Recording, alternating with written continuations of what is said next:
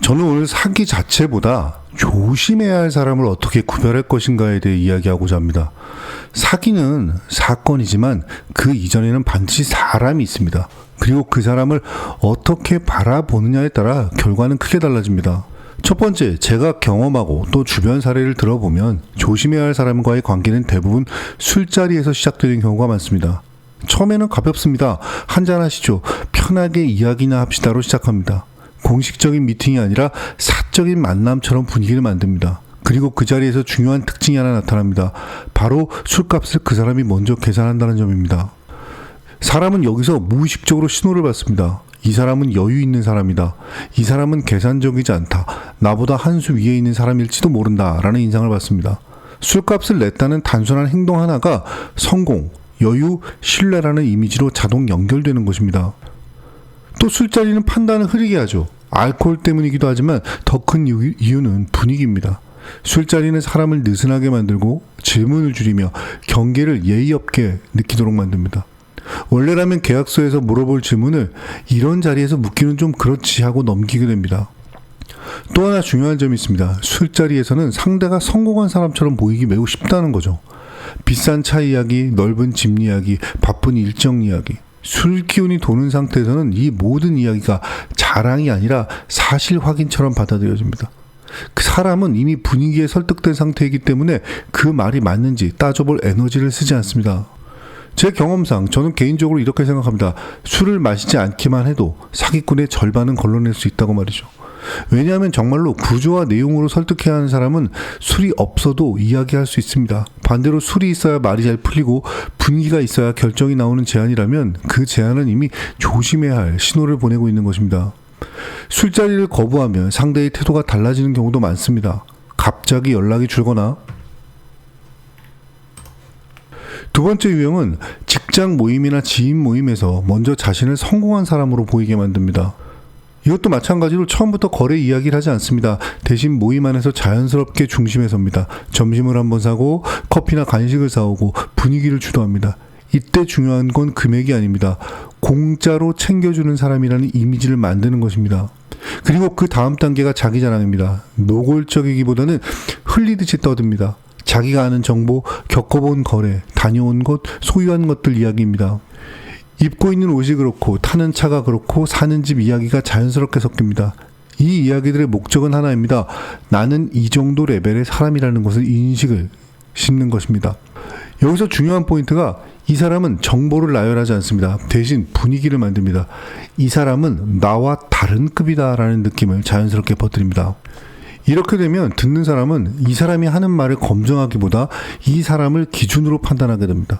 이 정도 사는 사람이 말하는데 이 정도 경험이 있는 사람이면 알겠지라는 생각이 자리 잡습니다. 이때부터 이 사람은 전문가처럼 보입니다. 실제로 전문가인지는 중요하지 않습니다. 전문가처럼 보이게 만드는데 성공한 상태가 됩니다. 그리고 나서 기회 이야기가 나옵니다. 그런데 이때도 조건부터 말하지 않습니다. 이건 아무나 못한다. 이 정도 되는 사람만 한다. 그래서 선별해서 이야기하는 것이다.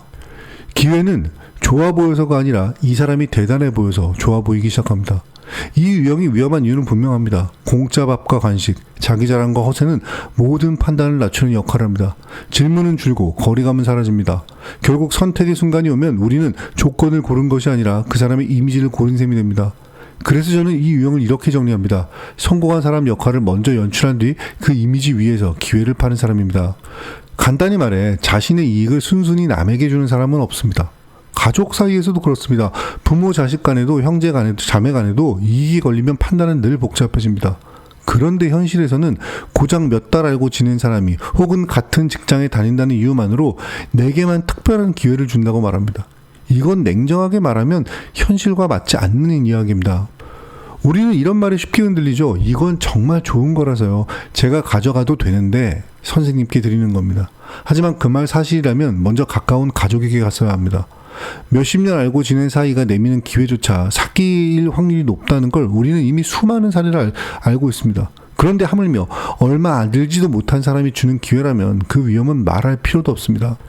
이 점을 절대로 잊으셔서는 안 됩니다. 이 기회에는 반드시 이유가 있습니다.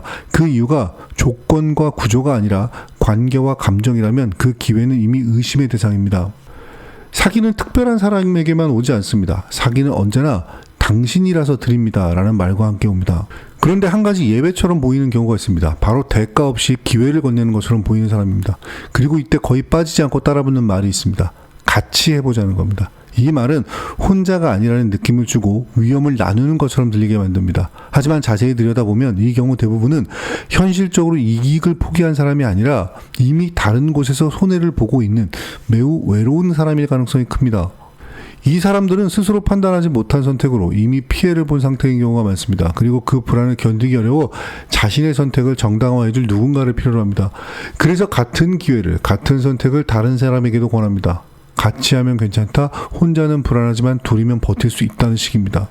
여기서 중요한 점이 있습니다. 이 사람들은 누군가를 속이려고 접근하는 것이 아닐 수도 있습니다.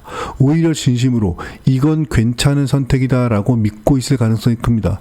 문제는 그 믿음의 출처가 검증이 아니라 자기 합리화라는 점입니다.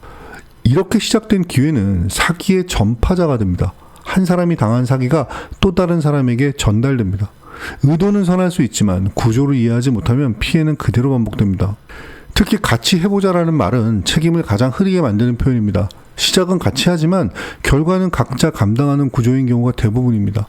잘 될 때는 함께한 선택이지만 문제가 생기면 결정은 각자가 한 것이 됩니다. 그래서 조심해야 할 대상은 사기를 치는 사람만이 아닙니다. 사기를 이미 당했지만 그 사실을 인정하지 못한 사람도 위험한 전달자가 될 수 있다는 점을 반드시 기억하셔야 합니다. 이 사람이 좋은 의도로 접근했는지 아니면 계산된 의도로 접근했는지는 중요하지 않습니다. 돈이 걸린 순간 의도보다 구조가 결과를 만듭니다. 그래서 마지막으로 다시 한번 말씀드립니다. 누군가 아무 대가 없이 혹은 같이 하자는 말과 함께 기회를 준다고 말하면 그 기회는 이익이 포기한 것이 아니라 이미 다른 곳에서 처리되지 못한 위험이 당시에게 넘어오는 과정일 수 있습니다. 이 점을 절대로 잊지 마시기 바랍니다.